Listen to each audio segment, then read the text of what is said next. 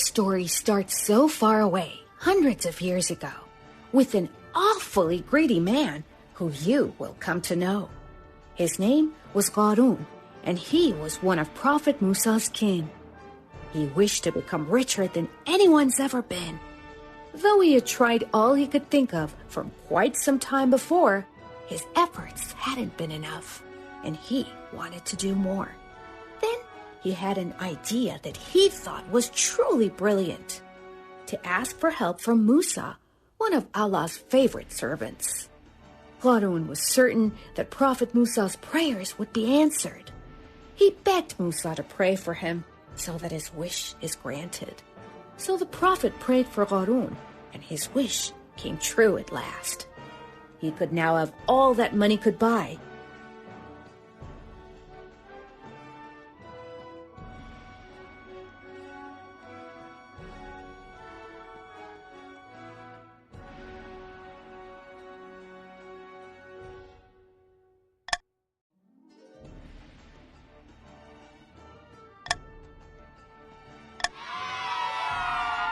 And he was having a blast.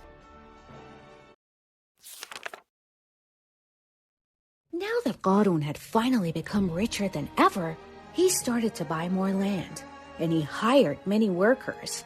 With their hard work with little pay, Qaroun made quite a living. There was only one thing he lacked now, and that one thing was giving. For now that he was rich, he had become as stingy as can be. He said, "If the poor want to have more, they should just work like me." When Prophet Musa reminded him to do his share of charity, Qaroun responded, "I won't give away my hard-earned money." And so, the more money he got, he became prouder and prouder. He was no longer humble to anyone, even to Allah, his creator. One night, tucked in his comfy bed, the wealthy Qaroun dreaming that he was taking a stroll on an elephant's back while proud and beaming. The people who would bow to him, he would shower with gold. And if not, his elephant would crush them, be they young or old. He woke up at night from the dream. From much tossing and turning, he couldn't wait till morning to tell his dream interpreters what he had seen.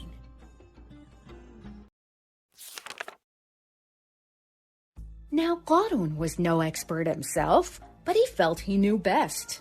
He said his dream must mean that he was above all the rest.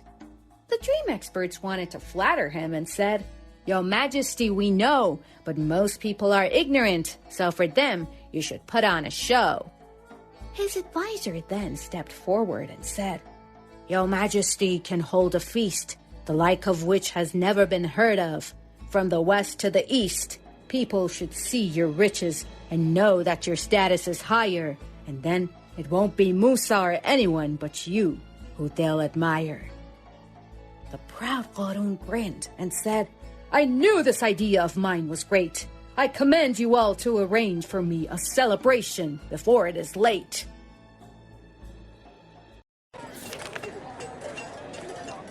So tailors, cooks, and blacksmiths were ordered to work day and night to prepare a feast worthy of the rich Qaroun's status and might. Soon from town to town, the news of the upcoming event spread. "Qaroun will hold the fanciest feast ever," is what was being said. People who were poor themselves would enviously tell each other stories of foods and clothes and jewels they'd seen prepared to show off Qaroun's glory. Everyone seemed excited, except Prophet Musa's followers. They worried that the acts of Qaroun would have too much power. "What if," they said, "the people will think Allah's happy with Qaroun's deeds? What if," they asked, "the people will think that money's all they need? What if," they said, "the people will stop obeying Allah's commands, or maybe only worldly riches from you they'll demand?" "Calm down," said the Prophet to his worried followers with a smile. "Qaroun's riches and power can really only last a while. Yes, His fame and fortune has made people envious indeed, but worldly possessions alone cannot make him succeed, as fame and fortune in this world is nothing but a test, and Qaroun spending all his wealth for nothing but waste. He'll only be blessed if he changes his ways, and by Allah's rules he abides. I can't help guide him otherwise. It's he who will decide. Before the people knew it, Qaroun's celebration day was here. Nearly everyone rushed to join in, from far and from near. And those who saw even a glimpse of it, they all agreed that this celebration was the most majestic one ever indeed. Qaroun's rides were simply glorious, and the food was plenty and scrumptious.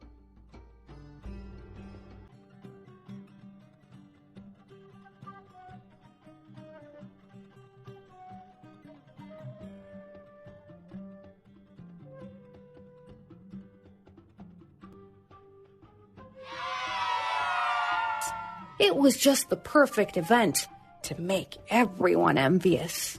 They saw that of worldly riches, Qaroun had the biggest share. So what if he didn't obey Allah? The people didn't really care, for Qaroun seemed successful despite all excess and waste. Many wished to live like him once, and of his life have a taste. But the poor didn't even get to have a taste of the food, for when they tried to join in, away they were shooed. Afterwards, Qaroun refused to give the extras to those in need. He had the food burnt and said it's not his job, but Allah's job to feed. For days after, Qaroun's party remained the talk of the town. People would speak of his fancy feast from sunup to sundown. But Qaroun started to feel jealous of Musa again not so long after, for he saw how around the prophet many continued to gather. To disperse people, Qaroun started joining the crowd, and when Musa started to speak, he would shout out loud, "We have no use for what you preach, and we don't need your piety. We won't give our money away like you tell us for charity. Oh, if your God owns everything, our money he shouldn't need." And some of the people who heard him, well, they also agreed. They didn't try to find answers, and soon they were filled with doubt. Little by little in their hearts, the light of faith started to go out.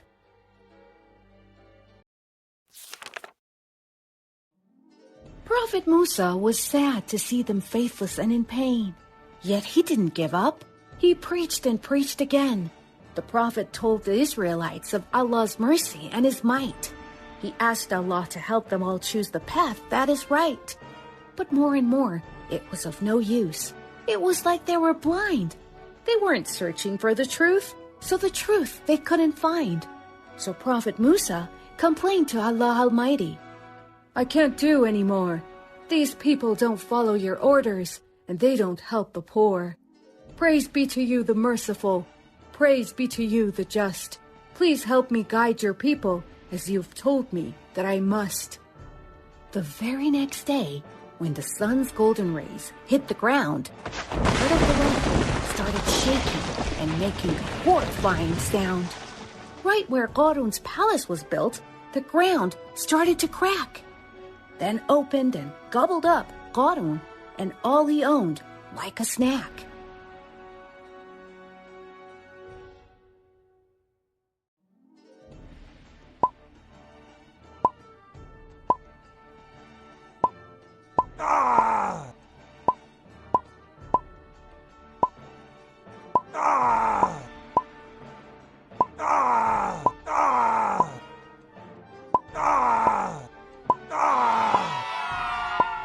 As the people watched in horror, down went his golden glory. It all vanished without a trace and was the end of his story. The Israelites thought to themselves, "Oh God, what have we done? Instead of using our short life for good, we've only been looking for fun. We've been just searching for worldly riches, instead of asking for guidance. But Musa's God is forgiving if we change and ask for repentance. Prophet Musa reassured them, saying, "Of course Allah is kind. If you truly seek guidance, then that's what He'll help you find. He didn't create us in the world so we'll collect possessions. Allah has blessed us with this life for a very important mission." You saw how Qaroun's pride destroyed him, and you've understood that without faith, worldly possessions won't do any good. So live and work for Allah's sake, and for Allah's sake spend, for heaven to be your reward and your ultimate end.